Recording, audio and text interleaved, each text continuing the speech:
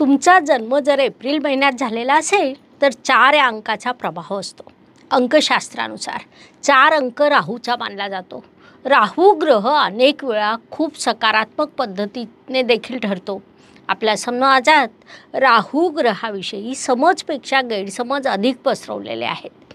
ज्योतिषशास्त्रानुसार राहू म्हणजे अटॅचमेंट होय. अर्थात एखादी गोष्ट मिळवण्यासाठी जी अटॅचमेंट लागते ती राहू ग्रह व्यक्तीमध्ये निर्माण करतो. ती गोष्ट मिळवण्यासाठी पाहिजे तेवढे परिश्रम करण्याची मानसिकता देखील राहू ग्रह निर्माण करतो. राहू म्हणजे फक्त डोकं होय. त्यानुसार राहूचा प्रभाव असलेले लोक सतत विचार करतात. विचारांना वेग हा राहू मिळतो. आजच्या आधुनिक काळातील मीडिया क्षेत्र पूर्णपणे राहूवर चालतं. टीव्हीवरील बातम्या, इंटरनेट या सर्व गोष्टी राहूच्या कारकत्वात येतात. आजचं आधुनिक विज्ञान देखील राहूच्या अखत्यारीत येतं. अशक्य ते शक्य करून दाखवणं हे फक्त आणि फक्त राहूचं काम आहे. त्यामुळे एप्रिल महिन्यात जन्मलेले जातक कोणतीही गोष्ट पूर्ण करून दाखवू शकतात. म्हणजे अनेक वेळा आजूबाजूचे लोक आश्चर्यचकित होऊ शकतात की हे काम झालं कसं. परंतु तुमचा जन्म जर एप्रिल महिन्यात झालेला असेल तर ती क्षमता तुमच्यात नैसर्गिक असते. तोच तुमचा मूळ स्वभाव देखील असतो. नमस्कार, मी ॲस्ट्रोगुरू डॉक्टर ज्योती जोशी सर्व ज्योतिषप्रेमी व अभ्यासकांचं मनपूर्वक स्वागत करते. आपण अत्यंत नाविन्यपूर्ण विषयाचा अभ्यास करीत आहोत. तो विषय म्हणजे तुमचा जन्म ज्या महिन्यात झालेला असेल त्यानुसार तुमची स्वभाव वैशिष्ट्य, गुणदोष, करिअर, कार्यक्षेत्र अशा गोष्टी आपण शास्त्रशुद्ध पद्धतीने समजून घेत आहोत. त्यामध्ये आजच्या भागात एप्रिल महिन्याची माहिती समजून घेणार आहोत. अर्थात एप्रिल महिन्यात जन्मलेल्या लोकांचा स्वभाव, त्यांची गुणवैशिष्ट्य, त्यांचं करिअर किंवा कोणतं क्षेत्र त्यांच्यासाठी योग्य राहील हा सर्व अभ्यास करणार आहोत. म्हणून आजच्या भागाला शेवटपर्यंत बघायला विसरू नका. ही माहिती तुमच्या बाबतीत जुळून येत असेल तर तसंच तुम्ही कमेंट बॉक्समध्ये लिहून आमच्यापर्यंत अवश्य पोहोचवा. ही माहिती आवडल्यास व्हिडिओला लाईक, शेअर, सबस्क्राईब करा जेणेकरून इतरांपर्यंत ती पोहोचू शकेल.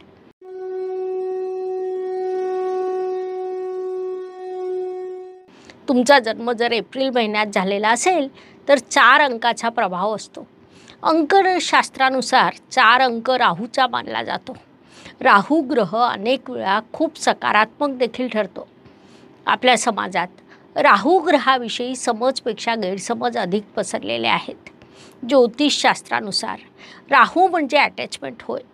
अर्थात एखादी गोष्ट मिळवण्यासाठी जी अटॅचमेंट लागते ती राहू ग्रह व्यक्तीमध्ये निर्माण करतो. ती गोष्ट मिळवण्यासाठी पाहिजे तेवढे परिश्रम करण्याची मानसिकता राहू ग्रह निर्माण करतो. राहू म्हणजे डोकं होय. त्यानुसार राहूचा प्रभाव असलेले लोक सतत विचार करत असतात. विचारांना वेग हा राहूमुळे मिळतो. आजच्या आधुनिक काळातील मीडिया क्षेत्र पूर्णपणे राहूवर चालतं असं म्हणता येईल. टीव्हीवरील बातम्या, इंटरनेट या सर्व गोष्टी राहूच्या कारकत्वात येतात आणि आजचं आधुनिक विज्ञान देखील राहूच्या अखत्यारीत येतं. अशक्य ते शक्य करून दाखवणं हे फक्त आणि फक्त राहूचं काम आहे. त्यामुळे एप्रिल महिन्यात जन्मलेले जातक कोणतीही गोष्ट पूर्ण करून दाखवू शकतात. म्हणजे अनेक वेळा आजूबाजूचे लोक आश्चर्यचकित होऊ शकतात की हे काम झालं कसं. परंतु तुमचा जन्म जर एप्रिल महिन्यात झालेला असेल तर ती क्षमता तुमच्यात नैसर्गिक असते आणि तोच तुमचा मूळ स्वभाव देखील असतो. जसं मी तुम्हाला आत्ताच सांगितलं की राहू म्हटल्यावर आपल्या मनात सर्वप्रथम नकारात्मक भाव येतात. परंतु खरं तर हे आहे की राहूला आजच्या आधुनिक युगातील राजा म्हटलं जातं. आता पुढील प्रश्न म्हणजे त्याला असं का म्हटलं जातं. तर राहू म्हणजे अटॅचमेंट होय. राहू म्हणजे एखादी गोष्ट मिळवणं. राहू म्हणजे संघर्ष करून यशस्वी होणं. राहू म्हणजे प्रचंड बुद्धिमत्ता होय. अशा राहू ग्रहाच्या निर्मितीची गोष्ट आपल्याला माहिती आहे. म्हणजे राहू कसा निर्माण झाला तर स्वरभानू नावाचा राक्षस असतो. तो इतर राक्षसांपेक्षा वेगळा आणि अत्यंत बुद्धिमान असतो.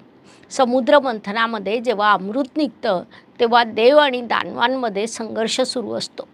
दानवांनी म्हणजे राक्षसांनी जर अमृत प्राशन केलं असतं तर मोठा अनर्थ घडणार होता. म्हणून भगवान विष्णू मोहिनी अवतार धारण करतात. ते राक्षसांवर आपल्या सौंदर्याची मोहिनी घालून देवांना अमृत प्यायला देतात. तेव्हा स्वरभानू राक्षस आपल्या बुद्धिमत्तेने ओळखून घेतो की येथे काहीतरी चुकीचं घडत आहे. तो देवांचं रूप घेऊन देवांच्या रांगेत येऊन बसतो आणि अमृत प्राशन देखील करतो. बाकी पुढची गोष्ट तुम्हाला माहीत असेल, परंतु यातील महत्त्वाची बाब म्हणजे त्याच्याकडे एक वेगळी बुद्धिमत्ता आहे. ती बुद्धिमत्ता 4 अंकाचा प्रभाव असलेल्या प्रत्येक व्यक्तीमध्ये येते. थोडक्यात तुमचा जन्म जर एप्रिल महिन्यात झालेला असेल तर तुमच्यात ही बुद्धिमत्ता नैसर्गिक येते. आधुनिक काळामध्ये राहूचा वावर सर्वत्र आहे.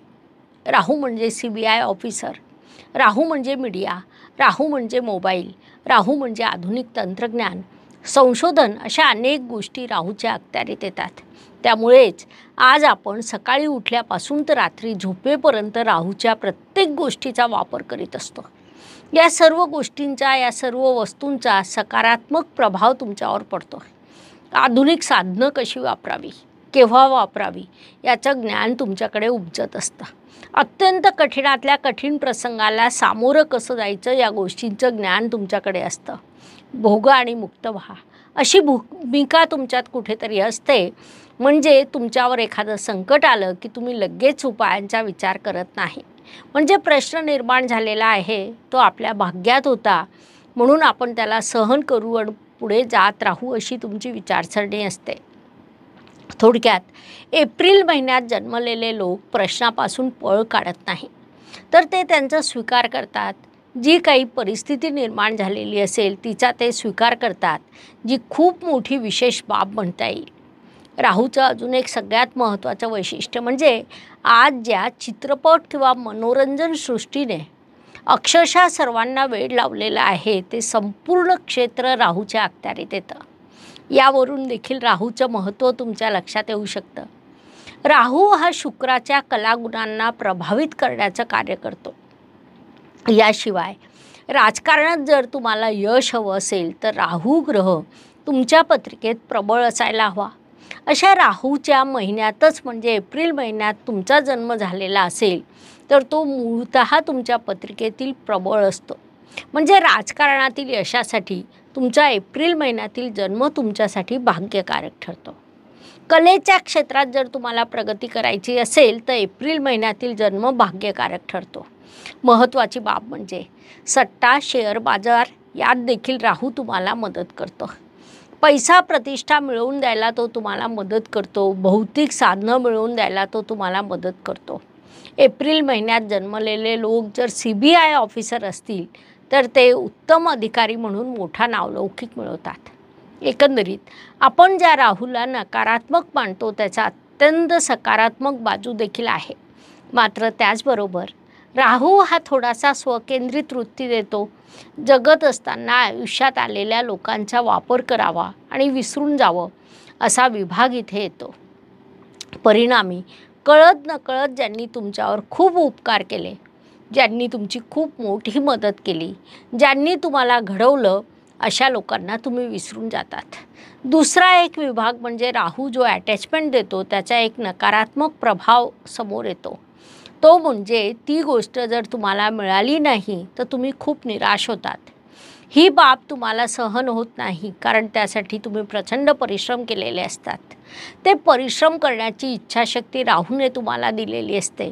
इतकंच नव्हे तर अनेक वेळा इच्छित गोष्ट प्राप्त करण्यासाठी तुम्ही साम, दाम, दंड, भेद या नीतीचा देखील उपयोग करतात. त्यामुळेच एप्रिल महिन्यात जन्मलेले लोक अग्रेसिव्ह असतात. ते परिश्रमी असतात, प्रचंड हार्डवर्क करतात. मात्र एखादी गोष्ट न मिळाल्यास तितक्याच तीव्रतेने ते नाराज देखील होतात. आयुष्याच्या शर्यतीत त्यांना सतत जिंकायचं असतं.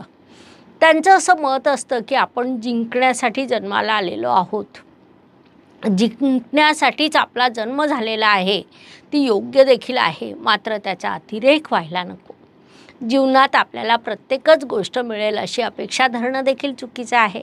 एखादी गोष्ट मिळते तर एखादी मिळत नाही. अशावेळी थोडा समजूतदारपणा वाढवणं ही बाब एप्रिल महिन्यात जन्मलेल्या लोकांनी प्रामुख्याने लक्षात घ्यायला हवी. याशिवाय आपल्या जवळील लोकांना सोबत घेऊन चालणं, त्यांच्याशी सौजन्याने वागणं हे गुण देखील तुम्हाला स्वतःमध्ये विकसित करावे लागतील. तुम्ही जर योग्य नियोजन करून स्वतःमध्ये आपल्या स्वभावामध्ये हे बदल करून घेतले तर तुम्ही आयुष्यात प्रचंड यशस्वी होऊ शकाल. तुमचा जन्म जर एप्रिल महिन्यात झालेला असेल तर राहूने तुम्हाला प्रचंड कलागुण दिलेले आहेत. त्यात तुम्ही सौजन्य विकसित केलं, प्रेम विकसित केलं. ते आजच केलं असेल असं नाही, तर कधी कधी कळत नकळत बालपणीच्या संस्कारातून ते विकसित झालेलं असतं. ते जर तुम्ही स्वतःमध्ये विकसित करून घेतलेलं असेल तर तुम्हाला यशस्वी होण्यापासून कोणीही रोखू शकत नाही. तेव्हा तुमच्यासाठी आयुष्यातील अनेक गोष्टी सकारात्मक होतात. एप्रिल महिन्यातील जन्मलेले लोक खूप प्रवास करतात. त्या प्रवासात तुम्हाला लाभ होतो, त्यातून तुमचा विकास घडून येतो. पैसा तुम्ही प्रचंड कमवतात. किंबहुना पैशातून पैसा कसा कमवावा, योग्य ठिकाणी गुंतवणूक कशी करावी, शेअर मार्केटमध्ये कसं कार्य करावं या गोष्टीचं ज्ञान तुम्हाला असतं. अर्थात त्यासाठी मूळ पत्रिकेतील राहू सकारात्मक असायला हवा, तो नकारात्मक असायला नको. कारण या सर्व गोष्टी राहूच्या अखत्यारीत येतात.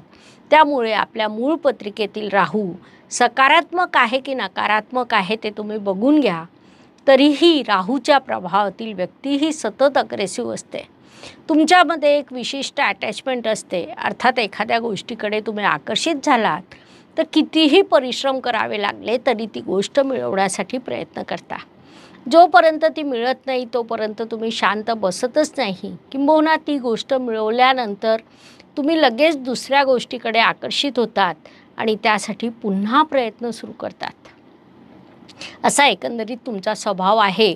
या सर्व गोष्टी तुमच्याशी जुळत असतील, तुमच्या मूळ स्वभावाशी जुळत असतील तर तसं आम्हाला कमेंट्सच्या माध्यमातून नक्की कळवा. तुमचा जन्म जर एप्रिल महिन्याच्या पहिल्या पंधरवाड्यात झालेला असेल तर तुमच्या पत्रिकेत रवी ग्रह मीन राशीत असतो. दुसऱ्या पंधरवाड्यात तो मेष राशीत जाऊन उच्चीचा होतो. उच्चीचा झालेला रवी अत्यंत शुभ मानला जातो. त्यामुळे तुम्हाला तो अत्यंत मोठी सकारात्मकता देतो. त्यामुळे एप्रिल महिन्यात जन्म घेतलेले लोक हे अनेक अर्थाने भाग्यवान ठरतात. अशा प्रकारे एप्रिल महिन्यात जन्मलेल्या व्यक्तींचा स्वभाव, गुणदोष, कार्यक्षेत्र समजून घेण्यासाठी एवढी माहिती पुरेशी आहे. तुमचा जन्म नेमका कोणत्या महिन्यात झाला हे कमेंट बॉक्समध्ये लिहायला विसरू नका. माहिती आवडल्यास लाईक, शेअर, सबस्क्राईब करा. धन्यवाद. शुभम भवतु. जय ज्योतिष. नमस्कार.